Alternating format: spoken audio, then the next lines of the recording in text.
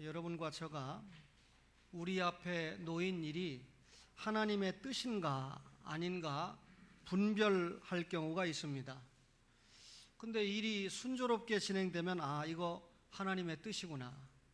근데 일이 순조롭게 진행되지 않고 막히는 일이 나타나면 이건 하나님의 뜻이 아니다. 이렇게 판단하는 경우가 왕왕 있습니다. 하나님께서 물론 때에 따라서 하나님의 뜻이 아닌 일은 저와 여러분이 감당하려고 해도 막으시는 경우가 여러 경우에 있습니다. 그러나 어떤 경우에는 하나님의 뜻이지만 우리가 그 일을 감당할 때 엄청난 고통과 괴로움이 수반되는 경우도 자주 있습니다. 하나님께서 이 애굽에서 종생활하는 이스라엘을 해방시키기 위해서 모세를 준비하셨습니다. 그리고 모세를 애굽의 왕 바로에게 보내서 내 백성, 하나님의 백성, 이스라엘 백성을 내보내라고 과감하게 요청을 하게 됩니다. 그런데 애굽의 바로 임금의 입장에서 볼 때는 이 똑똑한 이스라엘 백성들을 430년 동안이나 붙들고 종 삼아서 엄청난 노동력을 얻지 않았습니까? 그런데 이런 이스라엘이 나간다면 애굽을 경영하는데 대단한 문제가 생긴다고 생각합니다. 내보내고 싶지 않지요. 그래서 오히려 이 바로는 애굽의 감독관을 불러가지고 이스라엘을 철저하게 감독을 해라. 그리고 지금보다 더 심하게 노동을 시켜라. 이렇게 명령을 하게 됩니다. 과거에는 이스라엘 백성들이 애굽에서 벽돌을 구울 때 벽돌 속에 집이 들어가야 단단한 벽돌이 구워지지 않습니까? 이 애굽 사람들이 집을 주면서 벽돌을 구워라 이렇게 이야기를 했는데 모세가 바로에게 내 백성을 보내라고 하나님의 백성을 보내라고 한 다음에는 집을 주지 않고 너희들이 이제는 벽돌을 만드는데 집까지도 스스로 구해서 벽돌을 만들어라 이렇게 요구를 합니다. 한마디로 말하면 애굽 사람들이 선민인 이스라엘 백성들을 달달 볶았던 것이죠. 이스라엘 백성들이 바로에게 항변을 합니다. 왜 이전보다 우리를 이렇게 더 엄청나게 고생을 시키고 심하게 다룹니까? 그러니까 바로가 대답하기를 너희가 너무 게을러서 그렇다. 하라는 일은 하지 않고 어디 가서 여호와께 제사를 드린다고 하니까 나는 너희들에게 심하게 다룰 수밖에 없다라고 출애굽기 5장 15절 이하에 그렇게 답변을 하게 됩니다. 바로가 왜 이런 답을 했을까요? 이스라엘의 지도자인 모세와 이간질을 붙이려고 했던 것입니다. 모세는 하나님의 명령을 받아서 이스라엘 백성을 애굽에서 떠나게 해서 출애굽시키려고 했죠. 그런데 바로 임금은 이스라엘 백성에게 더 심한 고통을 가해가지고 모세를 따르지 못하게 조치를 했던 것입니다. 말하자면 이스라엘 백성들에게 우리가 엄청나게 더 고생을 하는 것은 누구 때문이다? 모세 때문이다. 우리가 바로 임금에게 밉보였던 것은 모세 때문이다. 그래서 더 심하게 고통을 받으면서 고생을 하고 있다라고 원망을 하게 했던 것입니다. 모세는 동족들에게 해방을 하는 것이 하나님의 뜻이라고 생각했는데 모세가 하나님의 뜻을 실행하면서 엄청난 어려움을 만나게 됐죠. 모세가 하나님께 여쭤봅니다. 하나님, 어째서 이 백성이 학대를 당하게 하셨습니까? 어째서 나를 보내셨나이까? 내가 바로에게 들어가서 주의 이름으로 말한 후로부터 그가 이 백성을 더 학대하며 주께서도 주의 백성을 구원하지 않으시렵니까? 라고 출애굽기 5장 22절과 23절에 그렇게 항변을 하게 됩니다. 여러분, 모세는 분명히 하나님의 뜻에 순종했습니다. 그런데도 모세는 모세대로, 이스라엘 백성은 이스라엘 백성대로 오히려 애굽에서 나오는 것이 하나님의 뜻일진데 지금 나오지도 못하고 더 어려움에 봉착하게 됐던 것입니다. 분명히 하나님의 명령에 순종하는 일이었지만 고통이 수반되고 가중되었다. 여러분, 우리가 하나님의 일이라고 생각해서 주님의 뜻이라고 해서 진행을 하는데 순조롭지 못하고 어려운 일을 만나는 경우가 참 많습니다. 어떤 교훈을 얻을 수 있습니까? 우선 하나님의 뜻을 일의 순리 여부를 가지고 결정해서는 안 된다라고 하는 것을 깨닫게 됩니다. 여러분, 출애굽하는 것은 하나님의 뜻입니다. 그런데 출애굽을 하려고 하는데 이미 말씀드린 것처럼 엄청난 고통과 고역이 찾아왔지요. 그렇다고 하나님의 뜻이 아닙니까? 출애굽은 하나님의 뜻입니다. 유명한 바울의 삶을 생각해 볼까요? 하나님 앞에 부름을 받고 난 다음에 복음을 전하는 일을 자신의 생명보다 더 귀하게 여겼습니다. 바울이 복음을 전할 때 매 맞았습니다. 침뱉음을 받았습니다. 돌에 맞아서 죽을 뻔했습니다. 그리고 감옥에 갇히는 일이 잦았습니다. 그러면 여러분, 바울이 이 복음을 전하는 것이 이런 어려움이 있다고 해서 하나님의 뜻이 아닙니까? 복음을 전하라고 하나님이 바울을 불렀던 것입니다. 따라서 바울은 스스로 고백하기를 나는 복음을 위해서 누구보다도 더 수고를 했다, 이렇게 말을 했습니다. 그럼에도 불구하고 바울은 죽을 고비를 여러 번 넘겼습니다. 엄청난 고통을 받으면서도 복음을 전파했습니다. 왜 그렇지요? 그것이 주님의 뜻이었기 때문입니다. 비록 이 주님의 일을 감당하는데 엄청난 개인적인 고통과 환난이 있었지만 주님의 뜻이었기 때문에 감당을 했다. 그렇다면 순리 여부로 주님의 뜻을 결정할 수는 없다.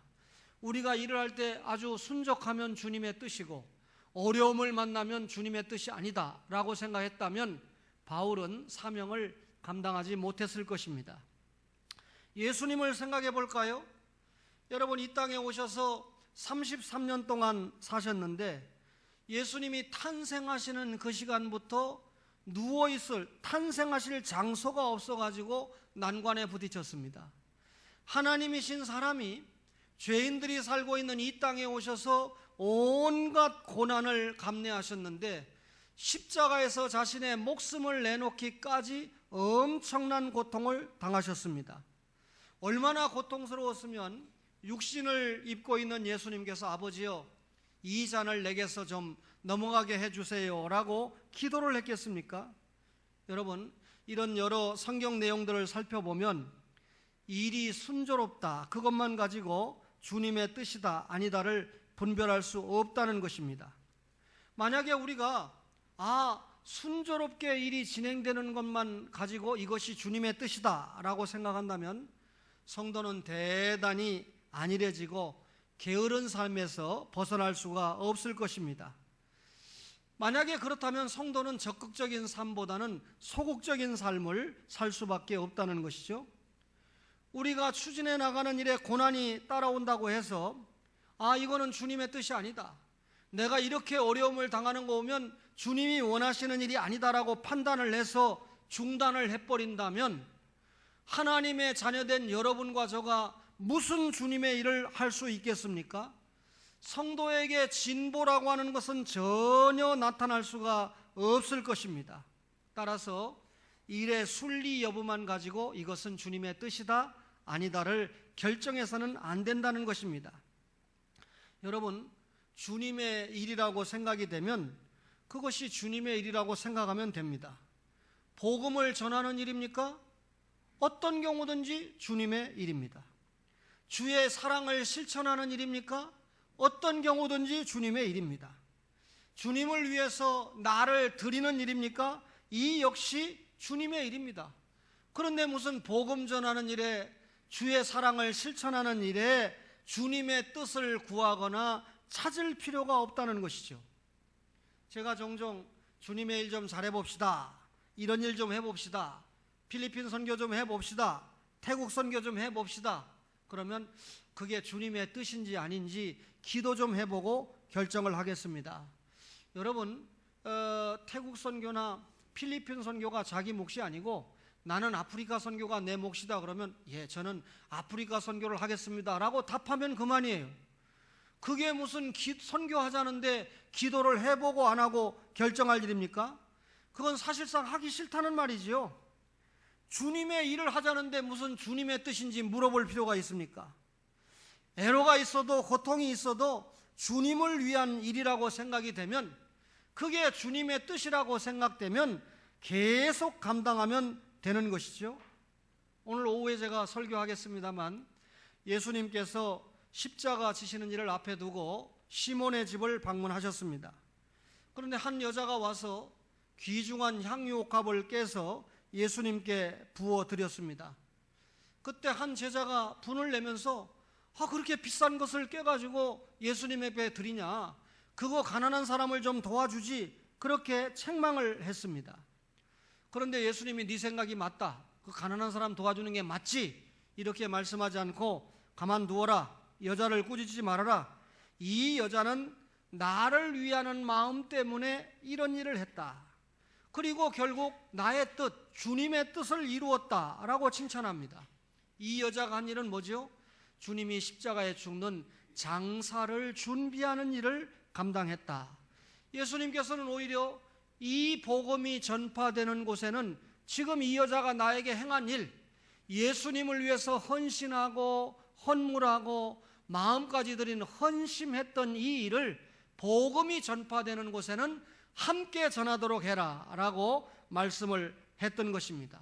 그런데 여러분, 여자가 이 값비싼 향유를 주님 앞에 와서 깨어 드리기까지는 엄청난 어려움이 있었습니다. 당장 제자들이 반대하지 않습니까? 그런 과정 속에서도 주님의 뜻이라고 생각하면 끝까지 감당하는 이런 여인들의 모습을 보면서 일의 순리 여부만 가지고 결정되는 것이 아니다, 그 말이죠. 여러분, 저는 목사로서 여러분에게 설교 말씀을 전하고 있습니다. 우리나라에 복음이 들어온 과정에는 여러 선교사들의 희생과 수고가 있었다는 것을 우리가 기억을 하고 있습니다. 그런데 선교사들이 대한민국에 들어올 때 어땠습니까? 대원군이 가만두질 않았어요. 그죠? 그 당시 우리 조선 사람들이 정말 착한 사람이지만 선교사들을 죽이고 공격하는 일에 가만히 있지를 않았습니다. 그러니까 만약에 주님의 뜻이라면, 그것이 순종해야 주님의 뜻이라고 생각했다면 선교사들이 들어오겠습니까? 몽땅 포기해버리고 말았겠죠. 죽음이 기다리고 있는, 고통이 기다리고 있는 조선 땅이었지만 선교사들이 들어왔습니다. 공식적으로 우리나라에 선교사가 들어온 것은 알렌 선교사가 1884년에 들어왔기 때문에 우리나라에 기독교가 들어온 건 1884년으로 기록을 하고 있습니다만은, 사실상 1885년에 중국에 왔던 토마스 선교사가 우리나라에 들어와서 이 2개월 동안 복음을 배에서 전하다가 다시 중국에 갔다가 그 이듬해 1886년 9월 4일 날 대동강변에 왔습니다. 그런데 이 조선의 관리들이 가만두지를 않았죠. 그래서 화공을 쏘아서 배를 침몰시키게 되니까 그만 이 토마스 선교사가 1866년 9월 5일 날 성경을 나누어주고 순교를 하게 됩니다. 이렇게 엄청난 어려움이 있는 걸 알면서도 토마스 선교사가 조선에 왔던 이유가 무엇입니까? 하나님의 뜻이었기 때문에 왔습니다.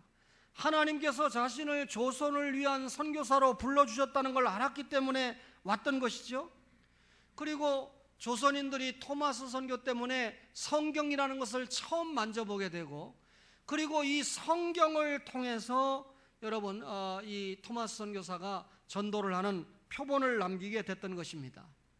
그로부터 24년 뒤인 1890년에 평양신학교 교장을 지내고 조선 야소교 장로회 초대 동노회장을 지냈던 사무엘 모펫, 한국 이름으로 마포삼열 선교사입니다. 그가 들어와서 일기를 썼는데 그 일기를 소개했던 사무엘 모펫의 아들 사무엘 휴 모펫이 1973년 5월 6일 코리아 헤럴드 신문에 이런 기록을 남겼습니다. 제 아버지는 제네럴 쇼모노 사건이 일어난 지 24년 후에 평양을 방문하셨습니다. 그리고 제너럴 쇼모노 사건을 목격한 증인들을 만났습니다. 그들이 증언하기를 한 백인이 불이 타고 있는 갑판의 연기 속에서 예수라고 외치며 강변에 서 있는 사람들에게 성경책을 던져주었습니다. 토마스 선교사가 불타고 있는 배에서 성경을 던져주고 이제 거기 있으면 죽으니까 배에서 뛰어내립니다. 그래서 결국은 성경을 나눠주다가 목베임을 당해서 순교를 했던 최초의 선교사 아닙니까? 여러분, 저는 이 사건을 통해서 세 가지 결론을 얻습니다. 이 토마스 선교사가 순교를 당한 이후에 조선의 문호가 개방됩니다. 다시 말하면 더 이상 대원군이 세국 정책을 쓰기 어려운 상황이 전개되면서 알렌, 아펜젤러, 언더우드 이런 선교들이 물밀듯이 한국에 들어오게 됩니다. 복음이 들어오게 됐다는 말이죠. 토마스 선교사의 순교를 통해서 조선의 교회가 설립되는 종자가 되었습니다. 1883년에 북한의 소래 공식적으로 교회가 세워지게 됐죠. 뿐만 아니라 토마스 선교사는 전도는 하나님의 말씀을 전하는 게 전도다. 예수 믿으면 부자 된다, 예수 믿으면 병 낫는다, 이렇게 전도하는 게 아니라 예수 믿으면 구원받는다, 영생 받는다라고 하는 성경적인 전도에 모범을 주었던 분이 토마스 선교사입니다. 여러분, 비록 순교를 당한다 할지라도 하나님의 뜻이라면 그 일을 감당하는 것이 주님의 종의 모습이라는 거죠. 어떤 교훈을 얻습니까? 죄악을 떠나서 선으로 가는 일에는 고통이 수반된다는 겁니다. 여러분, 우리가 출애굽을 해석할 때 애굽은 예수 믿기 전 죄악 세상이죠. 가나안 땅은 우리가 나중에 들어갈 천국을 이야기하죠. 그리고 여러분, 광야 40년 어간 동안은 우리가, 전도사님들은 뒤에 입구를 보세요. 광야 40년 어간 동안에는 우리가 이 세상에서 교회 생활, 신앙 생활하는 것을 이야기하지 않습니까? 그런데 여러분, 이스라엘 백성들이 애굽에서 나오는 것을 우리가 유월절 어린 양의 보혈을 통해서 구원받았다, 이렇게 생각을 하는데, 자, 우리가 이미 살펴봤던 것처럼 하나님이 모세라고 하는 지도자를 준비했습니다. 바로에게 가서 하나님의 백성 내보내, 애굽에서 떠나야 된다라고 했을 때, 그래, 데리고 가라. 순종했습니까? 그게 하나님의 뜻이면 데리고 가야지, 이렇게 얘기했습니까? 아니죠. 엄청난 고난과 고통이 이스라엘 백성에게 따라왔다는 것입니다. 여러분, 여기에서 우리가 무엇을 깨달을 수 있죠? 예수 믿는 신자가 여러분, 죄악 세상을 떠나서 가나안 땅, 선한 곳으로 가기까지는 엄청난 고난이 따라온다는 겁니다. 실제로 예수 믿는 신자가요, 죄악의 사슬을 하나씩 하나씩 끊어나가는데 고통이 수반된다는 것입니다. 여러분, 이 고통의 과정 없이 죄의 습관들을 끊어버릴 수 없다는 것입니다. 죄의 유혹을 뿌리치는 괴로움들을 몇 번이고 여러분 겪어야 죄의 사슬을 끊어버릴 수 있다, 그 말입니다. 여러분, 참 오해하지 마세요. 제가 고등학교 다닐 때 우에 있는 고등학교의 체육 선생님이 하일성 선생이었는데, 그분이 이 선생을 그만두고 유명한 야구 해설가, 한국의 야구에 여러 공로를 세우는 사람으로 변신을 했습니다. 거두절미하고, 여러분, 그분만큼 해설을 잘하는 분이 누가 있겠습니까? 그렇죠? 근데 요즘은 이제 너무 높은 사람이 돼가지고 해설 안 하고도 먹고 사는 사람이 됐는데, 그만 돈을 벌어가지고 강남에 100억짜리 빌딩을 소유하게 됐어요. 여러분, 뭐 부동산이 거품이 올랐다고 해도 최소한 50억 원 주고 샀으니까 100억 되지 않았겠어요? 근데 여러분, 선생 노릇 해가지고 평생을 벌어서 50억 벌겠습니까? 자식들을 교육시켜가면서. 여러분, 부귀 영화를 누리게 됐는데 그 100억을 파는 과정에서 사기를 당해가지고 결국 자살까지 오게 됐다는 스토리입니다. 자살했습니다. 보도를 자제해달라고 했대요. 유명한 사람이 자살하니까 자꾸 아이들이 모방범죄를 하니까. 그런데 여러분, 홍수처럼 보도를 합니다. 그런데 그분이 자살한 것을 보도하는 것보다 진짜 더 중대한 건, 한다고 그러면 언론이 그 100억을 사기치고 간 사람들이 누구냐, 어떻게 사기쳤느냐, 왜 이런 일이 일어났느냐, 그래야 빌딩을 가진 여러분들이 앞으로 사기를 당하지 않을 거 아니에요. 사기를 안 당해야 자살을 안 할 거 아닙니까? 목사 설교를 잘 들어야 됩니다. 검사가 조사를 해보니까, 경찰이 조사를 해보니까 사랑해요, 미안해요, 아내에게 뭐 문자를 적어놓고 못 보냈대요. 사랑은 무슨 사랑? 사랑하면 자살하지 말아야지. 여러분, 얼마든지 제기를 해야지. 그렇지요? 그 사랑한다는 말 자체가 거짓말이에요. 장례를 치를 때 보니까 또 여러분, 이 불교 승려들이 와서 장례를 집전하는 모습을 보면서 저는 여러 가지를 생각했지만 그 중에 하나가 언론들이 나쁘다. 말씀드린 것처럼 100억, 그 사람을 자살에 이르게 한 100억을 사기친 일이 무엇인가를 언론에 집중적으로 보도해 주는 게 사회의 순기능이 될 것이다 하는 거 하나하고, 또 하나는 그렇게 선생하던 사람이 의식 수준이 있어야 될 거 아닙니까? 신자든 불신자든 돈을 그렇게 많이 벌었으면 어디다 좀 기부 좀 하고 가난한 사람도 좀 돕고 그렇게 하면서 의미 있게 살지, 뭐 강남에다 투자를 해가지고 그렇게 사기를 당해가지고 목숨까지 끊는 사태까지 오게 되는가? 하물며 불신자니까 그렇다고 그러면 여러분과 저는 신자기 때문에 돈을 멋있게 벌어야 되지만 쓰는 것도 멋있게 써야 하나님이 기뻐하신다는 사실을 깨닫기를 바랍니다. 여러분, 누가 우리 교회 설교를 열심히 듣는데요, 홈피를 열어가지고 용서하세요. 근데 목사님의 설교를 너무 열심히 듣다 보니까 은혜가 돼서 저는 초원교회 교인이 됐습니다. 목사님, 추석 명절에 사모님하고 아들하고 식사 한번 멋있게 하십시오. 제가 평상시 하는 식사 100번은 할 정도의 성금을 보내줬더라고요. 여러분, 왜 이야기하는지 알아요? 또 이제 목사가 얼마 성금 마다니 통장 까봐라, 펴봐라 이 소리 하지 말고, 그렇게 은혜 받는 성도가 있으니까 지금 여기 몇천 명이 예배드리고 있잖아요. 그러면 좀 아멘도 크게 해야 초원교회 동영상을 보는 성도들이 초원교회 가족들은 저렇게 많이 모이고 열심히 설교도 듣고 아멘도 크게 하는구나 이래 되지. 도대체 아침을 먹고 왔는지 안 먹고 왔는지, 은혜가 되는지 안 되는지, 아멘을 하는 건지 마는 건지. 여러분, 죄를 떠나서 선을 행하는 과정에는 많은 고통이 따라오지만 이런 고통을 극복하면서 주님의 뜻을 이루어가는 여러분과 저가 되기를 바랍니다. 요즘 예수 믿는 신자들의 결점 중에 하나가요, 고통을 감수하면서 죄악을 정리하지 않는다는 겁니다. 자신이 범죄하는 이 죄악을 정리할 때는 그만큼 고통과 괴로움이 따라와도 정리해야 되거든요.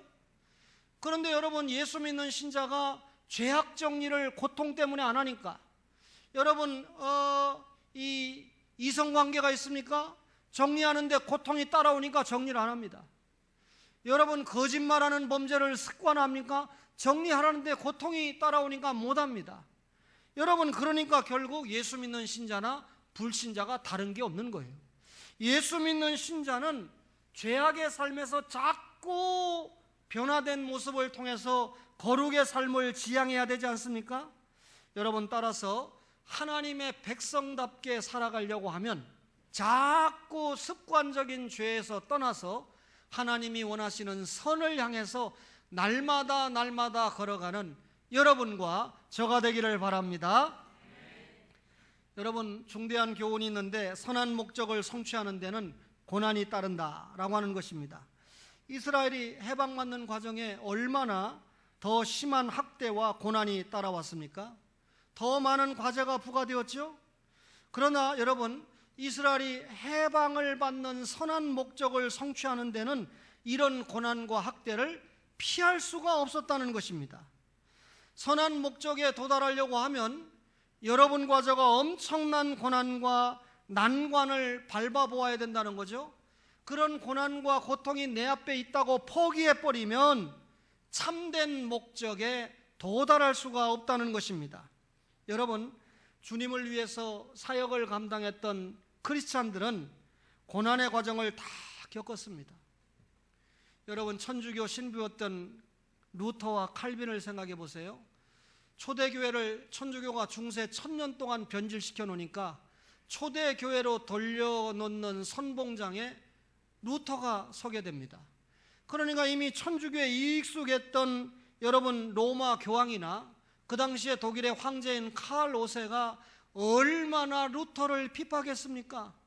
그런데 이런 핍박이 있다 할지라도 원래의 교회로 돌려놓는 것이 하나님의 뜻이라고 생각했기 때문에 루터는 목숨을 걸었습니다. 칼빈의 별명은 이동하는 종합병원입니다. 천주교와 전투하고 본래의 교회를 찾아놓는 과정에 얼마나 많은 위협을 받았습니까? 생명의 고투를 냈습니까? 그러니까 여러분, 안 가지고 있는 질병이 없었어요. 그런데도 그는 고난이 있었지만 이것이 주님의 뜻이다, 교회 개혁을 하는 것이 하나님의 뜻이다 라고 생각을 했기 때문에 감당을 했던 것입니다. 히브리서 11장에 보면 여러 믿음의 선배들이 소개가 되고 있죠. 이 믿음의 선배들은 지상의 삶 가운데 엄청난 고난과 고통을 통과했습니다. 따라서 하나님이 원하시는 선한 목적과 꿈을 이루기 위해서는 웬만한 고통과 고난을 피하지 말고 대처해가는 자세가 필요하다, 그 말이죠. 오늘 설교를 듣고 있는 여러분, 설교하는 제가 예수 믿는 신자로 살아가는 가운데 영육 간에 엄청난 고통들이 많습니다. 기도 제목이 많습니다. 그러나 이런 고난과 고통 앞에서 포기하지 말고 하나님의 뜻이라면 정면 돌파하면서 대처해가는 초원의 가족들이 되시기를 바랍니다. 어려움이 있어도 선한 목적을 이루어가는데 용기와 믿음을 꺾어서는 안 됩니다. 하나님의 영광을 위한 목적을 이루는데 어떤 고난이 찾아온다 할지라도 낙심하지 말고 그 일을 이루어 가야 된다, 그 말이죠. 마지막으로 하나님께서 고난을 주시는 이유가 있다는 것입니다. 여러분, 만약에 200만 명이나 되는 이스라엘 백성이 어떤 고통도 없이 순적하게 애굽을 떠났다면 저들이 애굽을 떠나는데 신중함이 없었을 겁니다. 고난을 통과해보지 않으면, 훈련이 없었다면 애굽을 떠난 이후에도 혼란과 무질서가 지속이 되었을 것입니다. 그런데 저들은 너무너무나 고통이 오니까 하나님 앞에 기도했어요. 하나님이 그들의 기도 소리를 듣고 하나님이 저들에게 준 언약을 기억하면서 애굽을 떠나게 하지 않았습니까?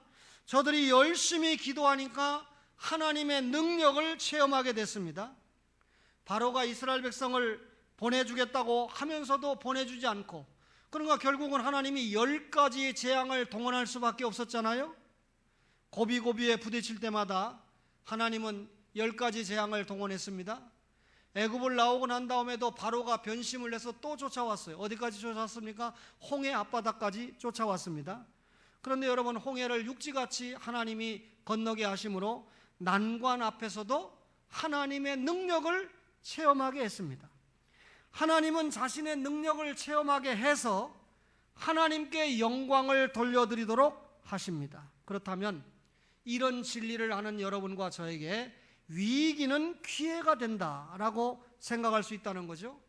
여러분과 저에게 엄청난 위기가 찾아왔을 때 이 위기는 하나님의 능력을 체험하는 기회라고 믿으시기를 바랍니다. 그러니까 믿음이 있는 성도는 고통과 어려움이 찾아왔을 때 하나님 앞에 엎드려서 기도한다는 것입니다.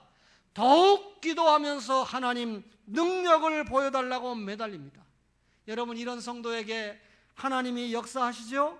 응답하시죠? 그러니까 그 하나님의 응답을 통해서 체험을 가지게 된다, 그 말이죠.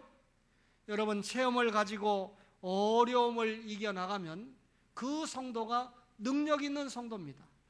예수님을 30년 믿고 교회를 왔다 갔다 해도 기도가 없고 어려움을 통과해보고 기도하면서 하나님의 능력을 체험해본 성도가 없다면 그 성도는 30년이 돼도 힘이 없는 성도가 됩니다. 그러나 여러분, 짧은 기간에도 말씀을 체험하고 어려움과 고난 속에도 기도하면서 하나님의 능력을 체험한 성도는 아주 견실한 신앙의 성도가 된다는 것이죠. 출애굽 속에서 이스라엘 백성이 당한 고통의 문제를 우리의 삶에 적용을 시켜야 됩니다. 일이 순조롭게만 진행된다고 이것이 하나님의 뜻이다, 그렇게만 생각하지 말고 고생이 찾아온다 할지라도 이것이 하나님의 뜻이라면 추진을 해야 됩니다. 그리고 여러분, 죄악을 끊어내는 데 있어서 죄를 끊어내는데 얼마나 어려움이 따라옵니까? 따라서 이런 죄를 차단하는 데 고통의 과정이 찾아온다 할지라도 과감하게 죄를 끊어내는 그런 신자가 되어야 됩니다. 선한 목적을 이루는데 고난이 찾아온다 할지라도 피해가기보다는 담대한 믿음을 가지고 밀고 나아가야 된다, 그 말이죠. 여러분, 이스라엘 백성은 출애굽하는 과정에 고난이 따라왔지만 하나님이 함께 하셨습니다. 저들은 고통받고 고난받는다고 생각했지만 그 현장에 하나님이 함께 하셨습니다. 여러분, 우리가 고난받는 현장에 분명히 하나님은 함께 하십니다. 따라서 여러분, 고난에 대처하고 죄악을 끊어나가는 데 투쟁을 하면서 부지런히 하나님이 원하시는 선한 목적을 이루어 가야 된다. 이유는 우리의 고난의 현장에 하나님이 함께 하시기 때문입니다. 여러분, 동물원에 가면 사자가 있습니다. 그렇죠? 게으른 사람이 볼 때는 일하기 싫어하는 게으른 사람이 볼 때는 야, 저 사자 참 너무나 행복하다. 왜? 삼시삼끼 사육사가 와서 밥 주지요? 먹을 거 주지요? 거기다 여러분, 사자도 때가 되면 건강관리도 해줍니다. 수의사들이. 얼마나 행복합니까? 그러나 일을 열심히 하는 사람이 볼 때는 참 저 사자 불쌍하다. 맹수니까 여러분, 광야를 휘젓고 다니면서 여러분, 자기가 직접 사냥을 하고 운동을 하면서 자유롭게 백수의 왕으로 살아야 되는데 사실상 감옥에 갇힌 비참한 입장이지 않습니까? 완전한 자유가 제한되지 않았습니까? 그러니까 부지런한 사람이 볼 때는 사자는 참 불쌍한 겁니다. 같은 사자를 보면서도 관점이 다를 수가 있다는 거죠. 철학자 니체는 자유를 이렇게 정의했습니다. 자유는 저항을 극복하고 얻어야 진정한 자유가 된다. 오늘 설교와 부합하죠. 고난을 통과하고 나서 얻은 자유가 진짜 자유다. 그런 의미입니다. 여러분, 우리 학생들이 있지만 다 경험이 있을 거예요. 엄마 아빠가 야, 공부 좀 해라.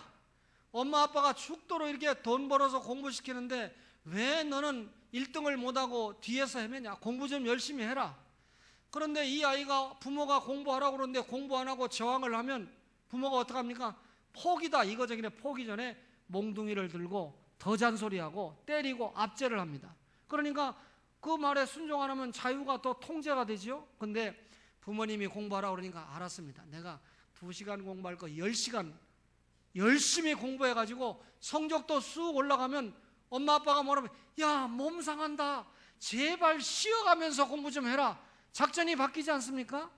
그러니까 부모님의 말에 순종을 하면, 다시 말하면 부모가 공부하라, 여기에 저항이 뭡니까? 포기하는 게 저항이 아니고 부모가 공부 좀 하라 하는데 그냥 2시간 하라는 걸 더 해버려가지고 성적을 확 올려놔버리면 부모가 제발 좀 쉬어가면서 해라, 몸 상한다. 완전한 자유를 얻을 수 있다는 거죠. 이제 부모가 절대로 더 이상 공부하라고 쪼르지 않는다는 겁니다. 여러분, 이스라엘 백성들이 애굽에서 구속을 받는 시간에 엄청난 저항과 고난이 있었습니다. 그걸 포기해버리면 끝나는 겁니다. 그런데 그런 저항과 고난이 있었지만 그런 저항을 정면으로 믿음으로 모세의 지도력으로 하나님이 함께 하심을 믿고 통과를 하니까 여러분, 애굽을 떠나게 되잖아요. 죄악의 사슬을 끊게 되잖아요. 그래서 여러분, 소망의 땅에 도착하는 거 아닙니까? 애굽은 예수 믿기 전입니다. 가나안 땅은 천국입니다. 현재 우리가 천국에 가기 전에, 여러분, 가나안 땅 가기 전에 광야에서 40년 동안 교회 생활을 감당하고 있는 것입니다. 이 교회 생활 중에 우리가 고난을 통과해야 되죠. 고통을 통과해야 되죠. 그렇죠? 여러분, 제가 이제 조금 있으면 60년을 살게 되는데 60년을 가까이 사는 동안에 이 세상에서 지금까지 가장 맛이 있는 포도를 맛보았습니다. 그런데 지난 주간에 제가 이 부모님을 돕기 위해서 수고하는 한 성도님이 이 강화도에 가서 열심히 일을 하고, 자기가 뭐 평상시에도 얼굴이 뭐 하얀 편은 아니었는데 포도밭에 가서 너무 열심히 일을 해가지고 얼굴이 시커매졌다. 그래서 제가 그건 영광의 표상이 된다 그랬습니다. 근데 지금 익은 포도를 다 따가지고 제가 우리 교인들이 좀 더 좀 구하고 싶다고 하는 사람이 있어도 공급이 안 될 만큼 이 수요가 충만했습니다. 근데 여러분, 만약에 오해하지 마세요. 김병윤 장로님이 포도밭을 하고 있다 그러면 제가 절대로 가져오라고 안 했을 겁니다. 자기가 그냥 나를 갖다 줘서 한 박스 먹으라고 하면 맛을 보든지 말든지. 그렇죠? 근데 이제 교회 처음 나오신 분들이 이런 수고를 하니까 관심을 보이게 되는 거죠. 이런 설교를 들을 때 기억을 해야 됩니다. 우리가 수요일마다 기도할 때 안 빠지는 영광스러운 이름이 있어요. 1번이 누군지 압니까? 이만성. 2번이 누군지 알아요? 박광성. 3번이 김분희. 4번이 차경륜. 5번이 전정배. 6번이 이순복. 이렇게 6분은 절대로 안 빠져요.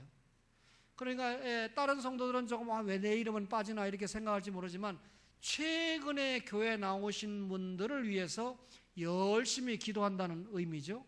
근데 오늘 6분이 다 함께 앉아서 예배를 드리니까 목사가 설교하는데 얼마나 마음이 행복하고 평안한지 몰라요.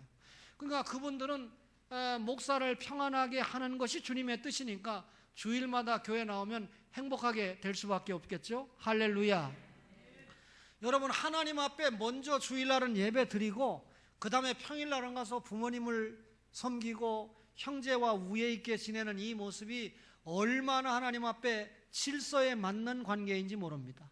먼저 주의 나라와 의를 구하지 않으면서 세상적으로만 인간관계를 잘하고 공경하고 형제지간에 잘하고 하지만 하루아침에 다 무너지는 경우를 우리가 보게 됩니다.